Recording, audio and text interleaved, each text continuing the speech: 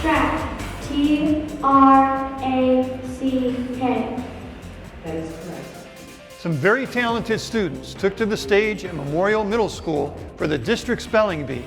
The buzz on that tough competition is coming up.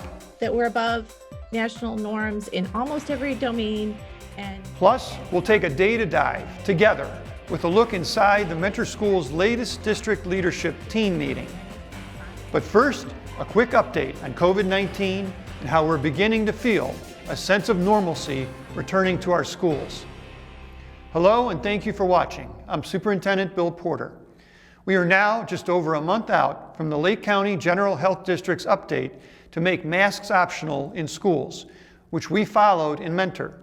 It is very encouraging to see the COVID conditions have remained consistently improved in our community with a very low number of cases, if any, reported to the district each day.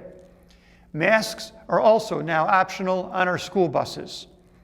So far, most students are being respectful of the choices of others, which is, of course, our expectation. Turning to other news, in just a moment, we'll take a look at some of the fun activities that have happened over the last month. But first, I want to talk about the district leadership team's work in Mentor Schools. There are a number of ways we gauge student achievement and define student success. And one of those is by analyzing data. This video is a look into our latest district leadership team, or DLT, meeting that happened recently. Members of the DLT are closely examining a number of our data sets on an array of topics. They're studying benchmark assessments to gather information about students' reading and math skills, as well as climate information, such as attendance and discipline. These discussions are very important for our teachers to meet our goal of reaching each student at an individual level and making sure they're progressing. Our first grade across the district, wow, look at that. We have no red. So our focus in phonemic awareness and phonics in K1 is something that we're going to be continuing to monitor closely along with our SIPS data. SIPS is a program that is serving our most at-risk students and how that's impacting student achievement and growth. Studying student data is a regular practice that not only happens at the district level, but also at the building level. Each of our buildings has a building leadership team that looks at and analyzes the same types of data points at the more local level. And also, even more pinpointed data discussions happen among grade level teachers or departmental teachers working together in professional learning communities each week. It's also worth noting we're looking at assessment data as it's coming in regularly in our schools. It's timely and relevant, rather than just only looking at the state testing data that is several months old by the time we receive it. We know children's progress can change so rapidly. Data-driven decisions about student progress are happening all the time in Mentor Schools, and it's a practice that will continue. I mentioned a couple of the topics we looked at the DLT were behavioral issues and attendance rates, and sometimes those elements are influenced by outside of school factors.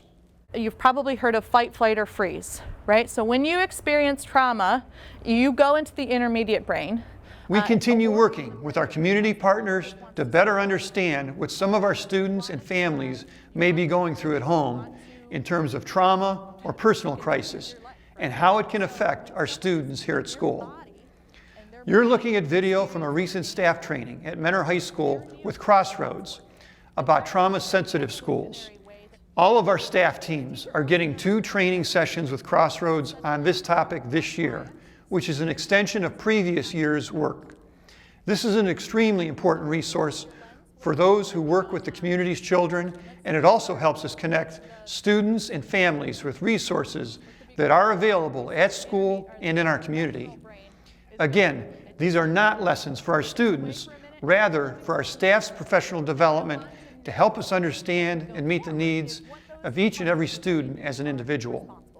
Each year, the Mentor Area Chamber of Commerce invites us to share our story with the community by giving a State of the Schools presentation. It's an honor for us to have this opportunity as we appreciate our community and want to keep people informed. This year, we highlighted the district's strategic plan and focused on the important aspects of school safety, taking care of the district's resources, the innovative instructional practices that are happening in our classrooms, and our commitment to encouraging strong community partnerships. You can watch the presentation in its entirety right here on Cardinal TV YouTube. Also, something to check out on Cardinal TV, the annual District Spelling Bee always brings tough competition. G-U-S-S-E-T.